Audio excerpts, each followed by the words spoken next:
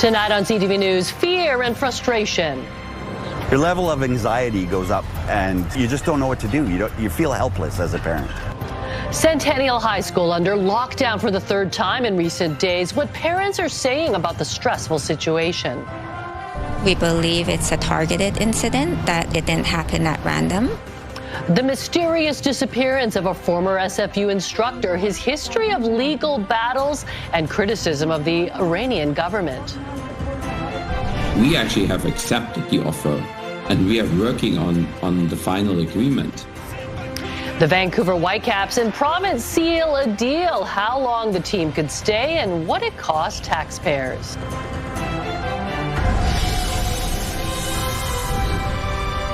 This is CTV News with me, Jung Lee.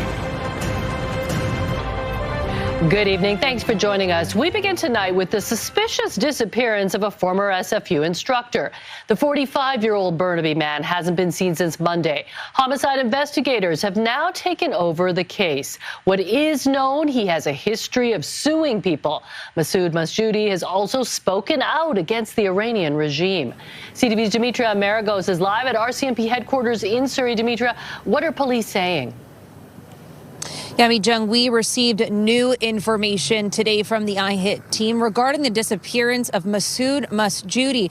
Now, what we know right now is that he was last seen on February 2nd, and a call came in from his neighbors that they were concerned. Now, IHIT releasing this photo today. We're going to put that up on your screens. Now, RCMP confirming their presence at a property on Burnaby's Manchester Drive on Wednesday night was related to the Masjoudi case. RCMP have determined that Masjoudi's disappearance was at a character, and they believe there is a criminal element at play.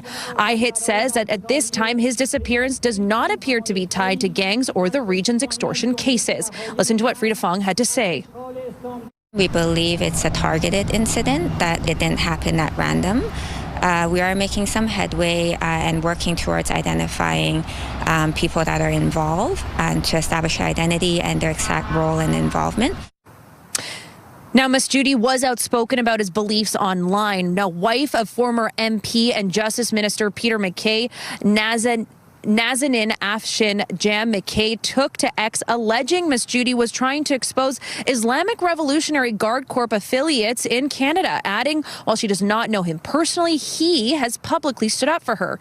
Now, Masjoudi was a former SFU instructor. He was also declared a vexatious litigant by BC Court of Appeal last year after he unsuccessfully tried to sue the Burnaby Beacon, an online news source. A spokesperson for SFU said it could not comment for privacy reasons. Now, anyone with information in regards to his disappearance is asked to call IHIT. Mijung? Thank you for this, Dimitra. We now know an early morning crash in Vancouver that ended with one vehicle flipped upside down was related to a carjacking. Police and emergency crews were called to Granville and Broadway around 5:30 this morning when a vehicle crashed into another before flipping. VPD now say the vehicle involved had been stolen after a suspect forced the driver from the vehicle before taking off. The 30-year-old suspect is currently in hospital and police custody.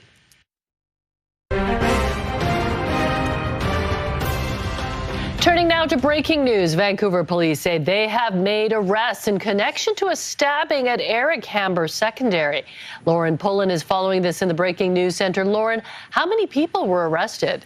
Mijung, police say they have arrested 5 people, all of them students, who they believe were involved in Monday night's stabbing. It happened at around 9 p.m. following a tense senior boys basketball game that went into triple overtime. Police believe spectators began fighting in the school's hallways, and an 18-year-old boy was stabbed in the arm. He was taken to hospital in stable condition. Police say the 5 students have not been charged at this point. They have been released from custody as that investigation continues. Mijung? Okay, thanks for this update, Lauren. The last of 3 Coquitlam Mounties found to have committed discreditable conduct had one final chance to plead his case today as to why he should keep his badge. He's facing dismissal over sexist and racist comments in a private chat group. CTV's The lawyer for Constable Philip Dick acknowledges he made mistakes, but says he's taken major steps over the past 5 years to become a better person and believes he is fit to resume being an active officer. However, counsel for the RCMP are not buying it, holding firm in their stance that Dick should no longer be a member of the force.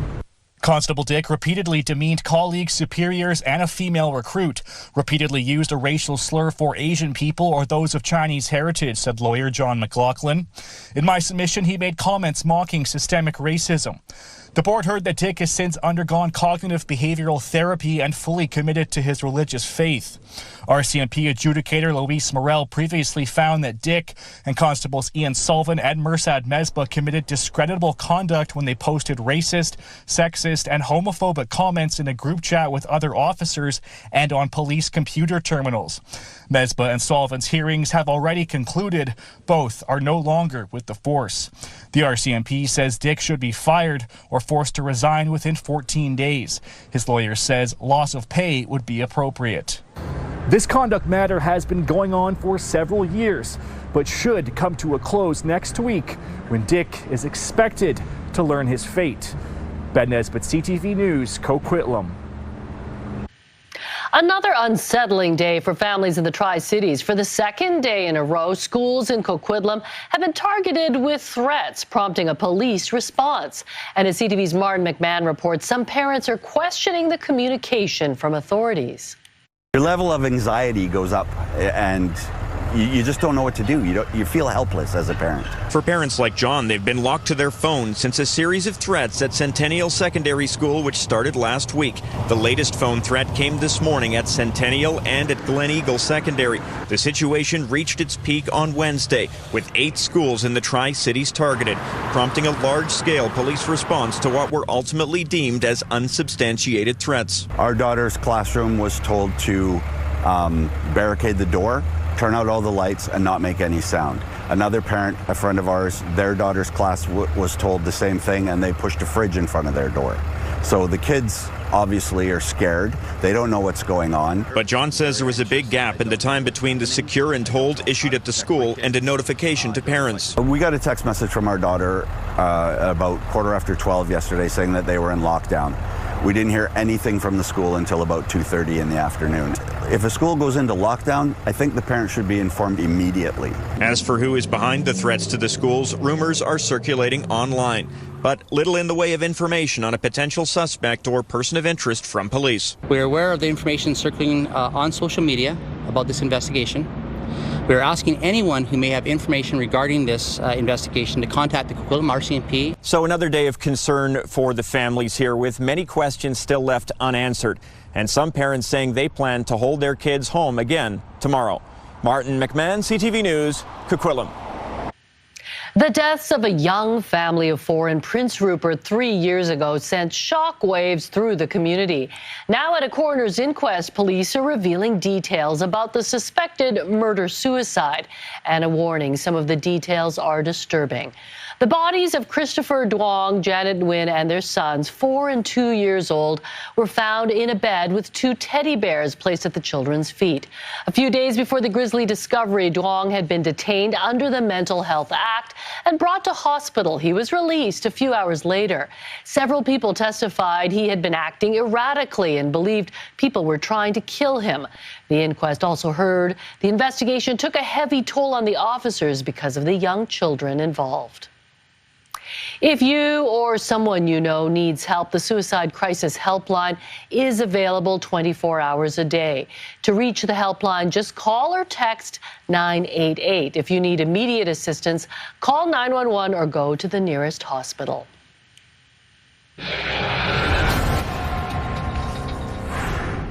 A Vancouver developer who has the support of Mayor Ken Sim to build a new Filipino cultural center is in court tomorrow. He's fighting to keep the Mount Pleasant property while a lender is trying to take over the land, saying they're owed millions of dollars. CTV's Ben Milger has been following this for us. Ben, what's the latest? Mijang, a judge actually already issued an order of absolute foreclosure last summer. This is an affidavit filed by Toby Reyes, the developer trying to hold on to the property, arguing to pause that order. In it, he talks about the mayor's attempts to fast-track rezoning and increase the allowable density for the site. Fourth and is currently home to several auto businesses. But Reyes envisions a multi-use tower anchored by a new Filipino cultural center. Creditors say they're owed $47 million, and the site is only assessed at just under $24 million. In his affidavit, Reyes lists potential additional investors willing to bail him out. He also lists a memorandum of understanding with the Filipino Legacy Society of Canada about the proposed cultural center. And Reyes says he's working with the province and the feds to secure additional funding. Alton Capital, the creditor, argues there are no signed deals for additional financing and wants the judge to enforce the foreclosure order. Filipino BC, which does want a cultural hub, has never been on board with the proposal for this particular location, calling the plan risky. We'll be in court tomorrow to see what the judge has to say about all this. Mijang? Okay, thank you, Ben. The province says the federal government has committed to partnering with BC on flood mitigation for the Sumas Prairie. In a joint statement this morning, both governments pledged to work together to build new flood protection infrastructure, with federal funding programs now able to support long-term mitigation, not just disaster recovery. The statement follows meetings in Ottawa with Abbotsford's mayor and the chief of Sumas First Nation, and includes a commitment for ongoing federal involvement in planning for the region. The Fraser Valley has been hit by major flooding in 2021 and again last December, with the most recent damage estimated at $74 million. Well, you've no doubt felt it over the last several days. Metro Vancouver is experiencing double-digit temperatures. There was no shortage of people enjoying the sunshine today, but as CTV's Craig Krause reports, the mild February weather could be problematic come this summer. This might look like video from last summer, but it's not. It was today, February 5th. It's amazing, absolutely amazing. Temperatures soaring into the double digits. And according to Environment Canada, there's no likelihood of sea level snow for at least the next week. And if nothing changes ahead of the spring, it would be the first time Vancouver has gone snow-free in 43 years. Going from like 0 degrees to this is like paradise. We're here on the Grouse Grind, and as you can see, it is open and relatively dry for this time of the year. For context, it typically opens up between mid-April to mid-May, making this year very uncommon. Metro Vancouver's been operating Grouse Mountain as a regional park since 2017, and so certainly during that period of time, the trail has not been open typically during the winter. Many on the trail saying they've been climbing the Grouse Grind for decades. Never seen anything like this. No, this is the earliest it's ever been. I'm happy, so then I can go. And it's very warm up there, yeah. If you look around, the North Shore Mountains are relatively bare, leaving the question to be asked. As of right now, what are the snowpack levels like here in the area? So our snowpack levels in our watershed areas are at around 60% of historical average for February 1st. So certainly below average, very, very similar to this time last year. Is that concerning? The last few years, we've been in a similar place midwinter, but we've seen a big rebound as we get into March. So we're certainly hoping for that. Forcing Metro Vancouver to plan ahead and monitor the situation closely, both on the mountains and in the reservoirs. As we get closer to summer, Craig Krause, CTV News, Vancouver. It's 6:13. This is a live eye looking at the new Oak Ridge project. Some lights there, and it was a really nice day. Does that make you want to go do the Grouse Grind? Seeing Craig there? Come on, definitely let's not. go. Not even in the spring, summer, never. It's too early. But yes, very warm yesterday. Warm today as well. Yesterday we broke 15 temperature records, and here's some unofficial record highs for today. Wow. Abbotsford at 16.4 degrees, beating a record set back in 1980. 84 at 15.1. Chilliwack saw a high of 16 degrees, beating a record set back in 1954. Squamish at 15.1. Pitt Meadows 14.4 degrees, and Victoria at 13.9 degrees. And we'll do it all over again tomorrow, but not as warm. We'll see a few clouds tonight into tomorrow. Early morning fog clearing up quite nicely with temperatures between 11 degrees near the water and 14 degrees inland. CTV Weather brought to you by Expedia Cruises, customizing dream vacations with unbelievable value. Call or learn more at expediacruises.ca. But we need the rain, and it does return just in time for the weekend. Those details coming up. Okay, well, we'll enjoy this sort of balmy winter for now. Take it for now. All right, thanks, Anne. A new poll suggests Canadians feel the healthcare system has deteriorated over the last decade as they increasingly struggle to access family doctors and see specialists. The Angus Reid survey compares the results of more than 4,000 respondents from this year to a survey it conducted in 2015. The latest results say half reported either not having a family doctor or struggling to see the one they do. That marks a 25% increase in difficulty accessing a family doctor since 2015. Canadian taxpayers have spent billions and billions of dollars in their communities trying to ameliorate this, trying to improve access. And what we find after 10 years is access is actually worse. It's not better. She says the problem isn't a lack of spending, but a system struggling with staffing shortages, retention challenges, and an aging population with more complex care needs. And those pressures have outpaced investments. We now know more about the high-level extortion meetings happening next week in Surrey, a crisis sparking fear in other cities across the country as well. Also ahead. Government needs to be spending money on core services, not subsidizing sports teams. Questions about whether tax dollars should be helping the Vancouver Whitecaps after the team in the province reach a deal. When CTV News at 6 continues, stay with us. With just a few weeks until kickoff, the Vancouver Whitecaps have locked in a deal at BC Place for this season. Today, the team CEO spoke to media to clarify recent comments. But as CTV's Kevin Chirac reports, many questions still surround the franchise's future here. As the Whitecaps continue training in Spain, the team's CEO Axel Schuster confirming a stadium deal at BC Place for the upcoming season. We actually have accepted the offer, and we are working on the final agreement. The deal will see Pavco, the Crown Corporation that runs BC Place, return about $1.5 million in game day profits to the team this season. The provincial government told CTV News yesterday a similar framework could be considered for the BC Lions as well, who also play at the stadium. We have considered any revenue-generating opportunities that we're offering to the Whitecaps would be offered to the Lions as well. Today, the minister said he's pleased the deal is moving forward, but critics are calling the spending irresponsible. Government needs to be spending money on core services, not subsidizing sports teams. And that's especially true when we're projected to end this fiscal year with $155 billion worth of debt. The stadium deal comes as the Whitecaps have been up for sale for more than a year and have publicly acknowledged their financial struggles. Schuster says even with the province's gesture, it's not enough for long-term sustainability. I think it needs 25 to 30 more of these little steps, or it needs a few big steps to really get in safe water. He wouldn't disclose how much the team lost, but says despite the Caps' banner season on the pitch, the average MLS team made about $40 million Canadian more in revenue than the Whitecaps last year. We're really concerned that if after such a successful season, and at this point the gap is even becoming bigger, that this at some point will not be manageable for us anymore. And so the Whitecaps' outlook beyond this season remains very unclear. Schuster says the team's actively seeking more corporate support and looking into other ways to make money.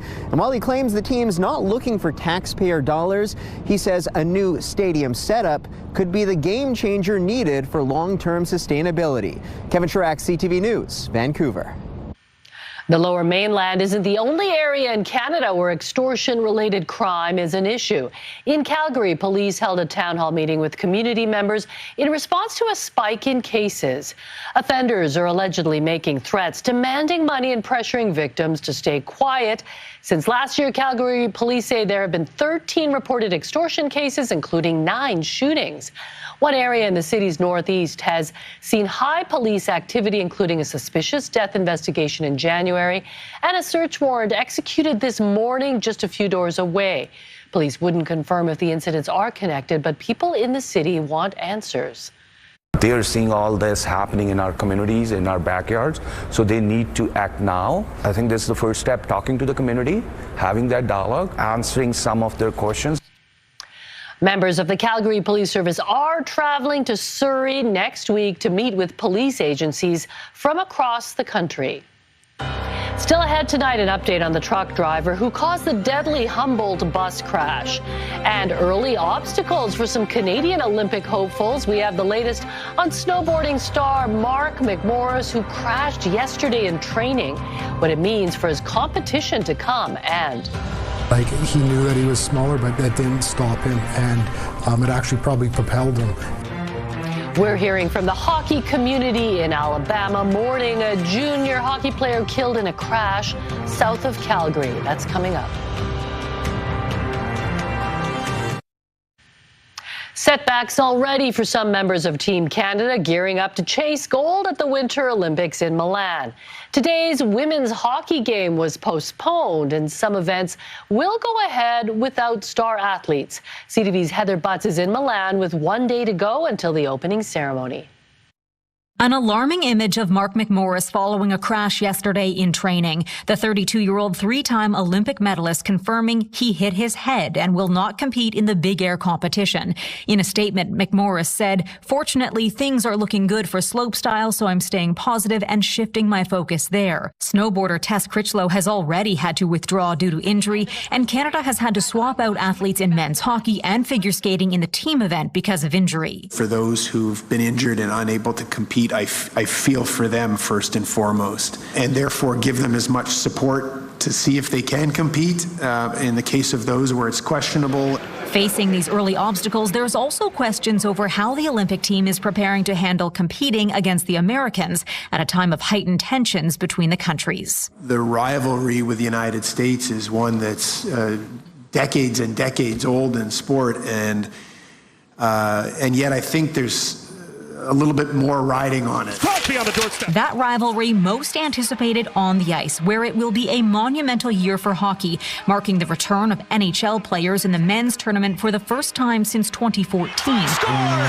Combine that with the first winter game since the Professional Women's Hockey League launched, putting a spotlight on an extraordinary depth of international talent. This is an immensely talented team, and they're in their final preparations. And very soon we will see them walking into opening ceremonies to show the world just what Canadian excellence looks like. While Team Canada battles injuries, Finland is dealing with illness. The two countries were supposed to face off today in women's hockey, but the game was postponed as the Finns battle the norovirus.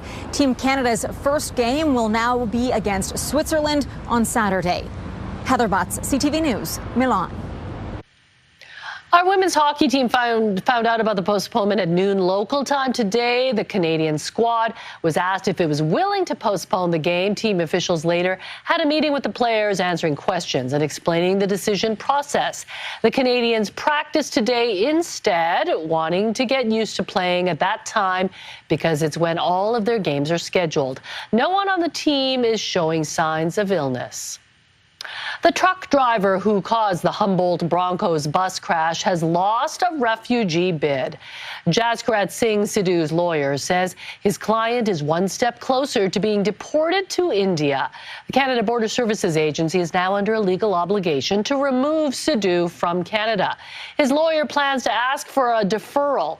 The board is still considering a previous application to restore Sidhu's permanent resident status on humanitarian grounds because he has a child with complex medical issues. 16 people died and 13 were injured when Sidhu drove through a stop sign into the path of the Broncos bus in 2018. The hockey community in Birmingham, Alabama, continues to mourn a teen killed in a crash south of Calgary earlier this week, along with 2 other hockey players from Kamloops. 17-year-old Caden Fine was from Alabama and started playing hockey when he was 9 years old. Last year, he signed with the Southern Alberta Mustangs junior team and moved to Stavely. His former coaches at his old rink in Alabama say they are devastated by the loss. The old cliche is, you need to be big and tough to play the sport, but he made up for it with his heart and his grit. Like, he knew that he was smaller, but that didn't stop him, and it actually probably propelled him and drove him to where he was fearless. They had to know each other really, really well and spend a lot of time on the road in hotels and things like that. So I know all the kids that involved are hit pretty hard with the news. JJ Wright and Cameron Casorso, both 18 and from Kamloops, also died when their car collided with a semi hauling gravel on Monday. They were heading to practice at the time. The whopping increase in the price of food, why Canadians are feeling more pain at the checkout, and I've not stopped bouncing in 40 years. The ups and downs of life bring joy to this 91-year-old trampoline athlete. He's even won a competition. And dragons actually do exist. The Vancouver Aquarium's new exhibit featuring the animals beyond the myth. That's ahead.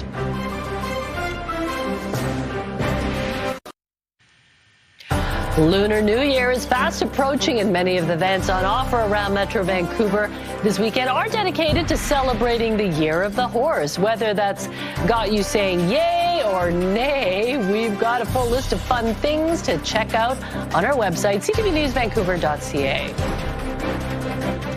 A 91-year-old gymnast in England is proving you're never too old to bounce back, winning trampoline gold 4 decades after his last competition. I've not stopped bouncing in 40 years. I've been bouncing on the trampoline now for about 70 years, and I'm still doing it now every Saturday morning in Salisbury at the trampoline club where I coach. Veteran Peter Quinney, a former trainer with the Royal Air Force, took home 2 gold medals at a trampolining event for athletes over 40. Quinney first took up the sport in the 1950s, even winning a national championship. He says staying active has helped his balance, strength, and overall health and well-being. That is incredible. That is amazing. Good for him. 91, he looks amazing. Yeah, you just have to keep going, right? Mm-hmm. Yeah, I don't know. I don't think I could do that. Yeah. It's too late for me. No, it's never too late. Come on, look at him. He's 91. Me, Doug. You just have to start bouncing somewhere, right? Yeah, very impressive. Very good. All right, let's take a look at our forecast. As we head into tomorrow, starting right now, we do have a yellow fog advisory in place for inland east of Vancouver Island, the Southern Gulf Islands, and parts of Metro Vancouver. So expect limited visibility as you head out onto the roads. Drive with caution, and it is expected to dissipate late tomorrow morning. We do have a ridge of high pressure that has brought us the clear skies and warm temperatures, and it'll continue to dominate as we head into tomorrow. We do have a few showers with a frontal system moving its way along the north coast. So warm temperatures, as you can see with that huge ridge in the jet stream, slowly easing as we head into Saturday. A low pressure system moving its way in, bringing us back to seasonal temperatures cooler than what we've experienced. So here's a look out on our storm tracker.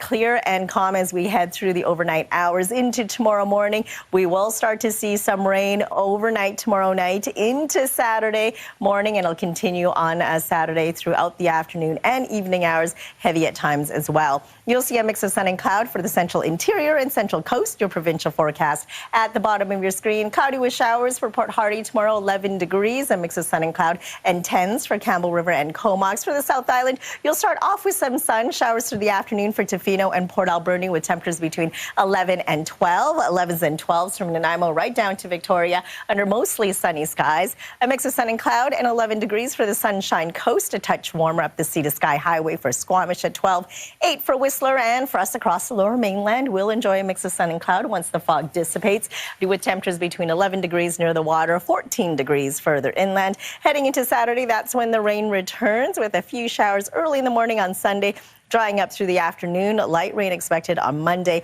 Unsettled for Tuesday. Wednesday, we'll see a mix of sun and cloud with a few showers expected, and seasonal temperatures again on Thursday. CTV weather brought to you by Expedia Cruises for air, land, and sea vacations. So a lot of people welcoming the rain, the return of the rain. Yeah, it has been a really unusually mild winter, hasn't it?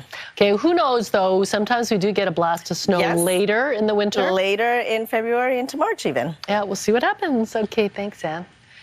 The Vancouver Aquarium is preparing to launch a brand new exhibit merging myth with reality.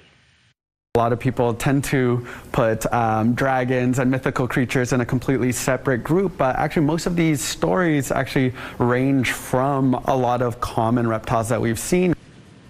Dragons will feature a variety of unique reptiles and snakes while showcasing real-life dragons and stories of the mythical creatures. The exhibit launches Saturday and is expected to stick around for several months. You could soon see a lot more of Charlie Brown and the Peanuts gang if Sony's takeover of the beloved franchise gets the green light. Hey, Charlie Brown, you're smiling now. That's right, I am. Back in December, Sony Group announced it was taking an 80% stake in Peanuts worldwide. Now, Sony's latest quarterly report shows it's considering ways to incorporate the characters into its music, video, and live events. Sony executives said they plan to closely collaborate with the family of Peanuts creator Charles Schulz if the deal goes through. Rebates are returning for EVs and hybrids when they start up again, and how much you can get. Also coming up. I found out about private lending through social media, Instagram Reels. So she invested $150,000. Now the single mother of 3 can't get her money back. That story ahead. Time now for tonight's Skywatch. The CTV drone slowly going way up high above Canby Village, looking towards downtown Vancouver under another beautiful blue spring sky. CTV Skywatch is brought to you by Kermac Collision and Autoglass, the name you'll remember when it matters. Kermac cares for kids.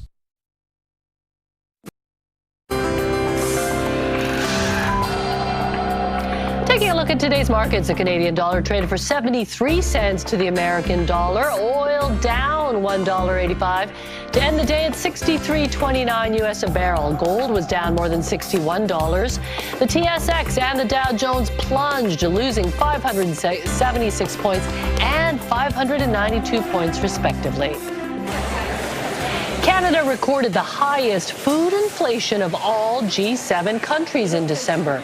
Food prices were up 6.2%, double that of the U.S. and more than 3 times the rates of France and Germany. The statement from the Bank of Canada this week noted that grocery prices jumped by 22% in the last 3 years, compared to 13% for other consumer prices. The federal government is launching a new EV rebate and replacing its EV sales mandate with new emission standards as part of a new national auto strategy. BC's energy minister says our province will see big benefits. Why? Because we buy more EVs than other jurisdictions, twice as many in the most recent year. The federal rebates return February 16th with up to $5,000 for new EVs and $2,500 for plug-in hybrids.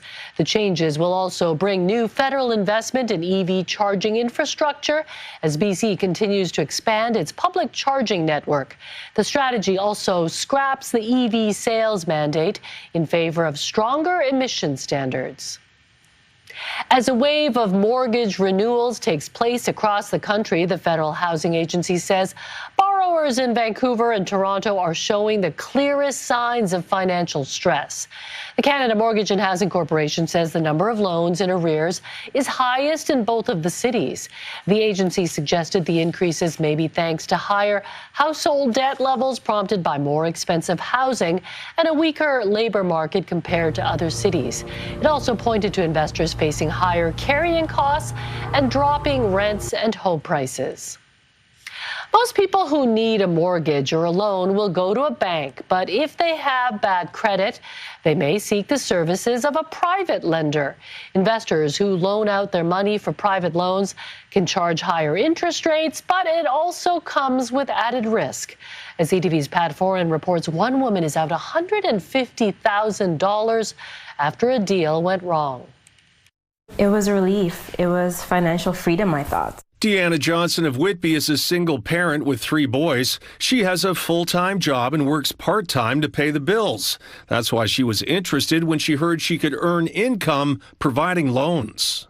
I found out about private lending through social media, Instagram Reels, how to get like a second income to work for you. Johnson went to her bank and took out a line of credit for $150,000. She found a company to loan out the funds and says the first year went great. She received interest payments of $3,000 each month. It was a financial relief, some wiggle room. But Johnson says last year the payments started to be late and then they stopped completely. In June, she asked for her funds to be returned. She's been trying to get her money back for the past 7 months without success. I would like my money back, my $150,000. Johnson gave the funds to Deneen Griffith of Unifocus Investments. When CTV News contacted Griffith, she said, "We are currently conducting a full internal review with the third-party company involved. Our priority is protecting our clients and ensuring all appropriate steps are taken." Just like anything in the world, the higher the interest rate you're being offered, the bigger the risk. Mark Ting is a financial expert who says people who need private loans have usually been turned down by banks and other traditional lenders. He says that makes it risky, and anyone considering private lending should be extremely cautious. I would not be comfortable doing that myself, and I probably wouldn't be recommending anybody doing that unless they're extremely wealthy on their own and they could afford to lose that $150,000. Johnson says she is now stressed and frustrated and worries the $150,000 she lent out could be gone for good. I feel like I'm back to square one where I started, and it's really will impact my family. Pat Foran, CTV News. Just when you think you've seen them all, this guy really has Super Bowls, that is, plus flower photos. Adam finds out why a woman visiting Victoria is feeling so inspired by the blooming cherry blossoms. Next on the Sawatsky Sign-Off. Right now, here's Carrie with a preview of your morning, Vancouver. We're ready to cheer on Canada's athletes as the Winter Games get underway in Italy. Friday on Your Morning Vancouver, how Vancouver is marking the opening of the Games with a special cauldron lighting. Also, how to prepare for the Year of the Fire Horse. Why this Lunar New Year is getting so much buzz. Plus, a Super Bowl 60 preview with our very own puppy predictor. Will it be Seattle or New England? We'll see you in the morning.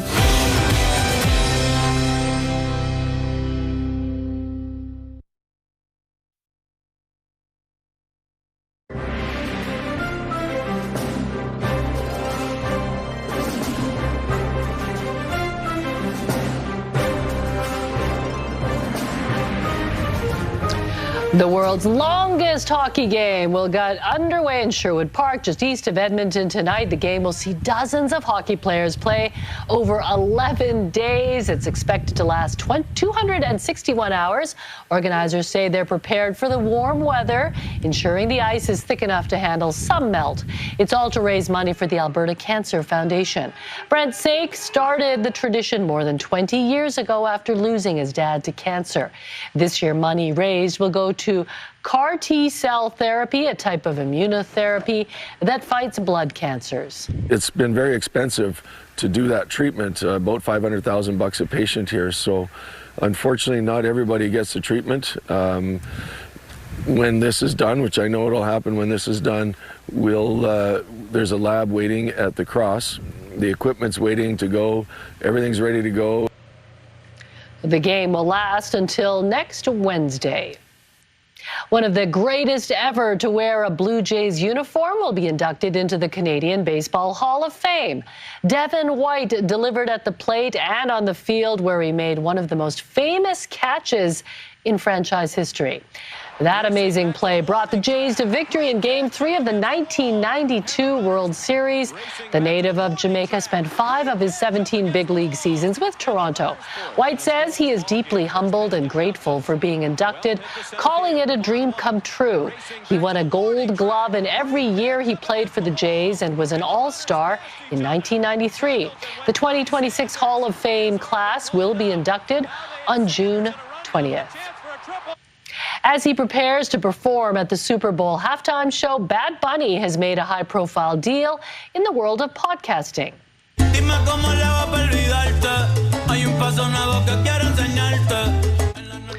Bad Bunny is the co-owner of an athlete management agency dedicated to boosting Latin American athletes. That company, Rima Sports, has now reached a deal with iHeartMedia to create podcasts and other content.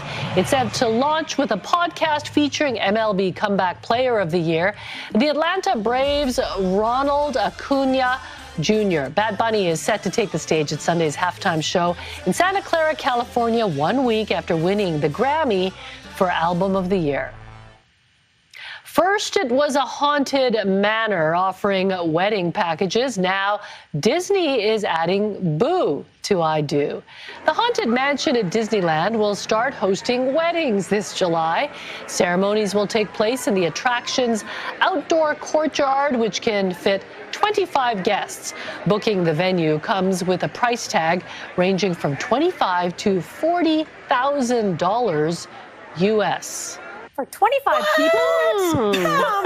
Do the math there. Yeah. Although you can say then it'd be easy to do a guest list.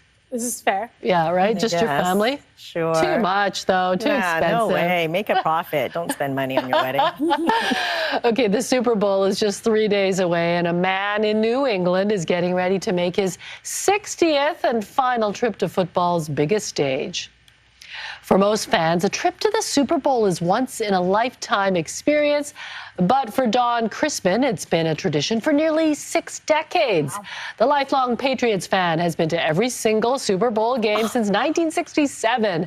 But now, nearly 90 years old, Don's goal to remain part of the Never Miss a Super Bowl club is coming to an end. He says Super Bowl 60 will be his last. The Never Miss a Super Bowl club had 6 members during its peak. Now, there will be only 2 left, at least for his final game, features his favorite team. Wow, what a niche club. I know. He must have some disposable income that he can go to every single Super Bowl. Okay, Lauren, what's coming up tonight on the Late News? Mijang, the BCA Conservation Officer Service has released new details tonight after a grizzly bear was shot and killed on Texada Island in the summer. 2 island residents were sentenced today under the Wildlife Act. We'll let you know more on the charges against them and how much each was fined ahead of 11:30. Okay, thank you, Lauren. Finally, Adam meets a woman who has traveled to Victoria's View Street to see some of the first tree blossoms of the season. It's another reminder that spring is already showing up in parts of BC on tonight's Sawatsky Sign-Off.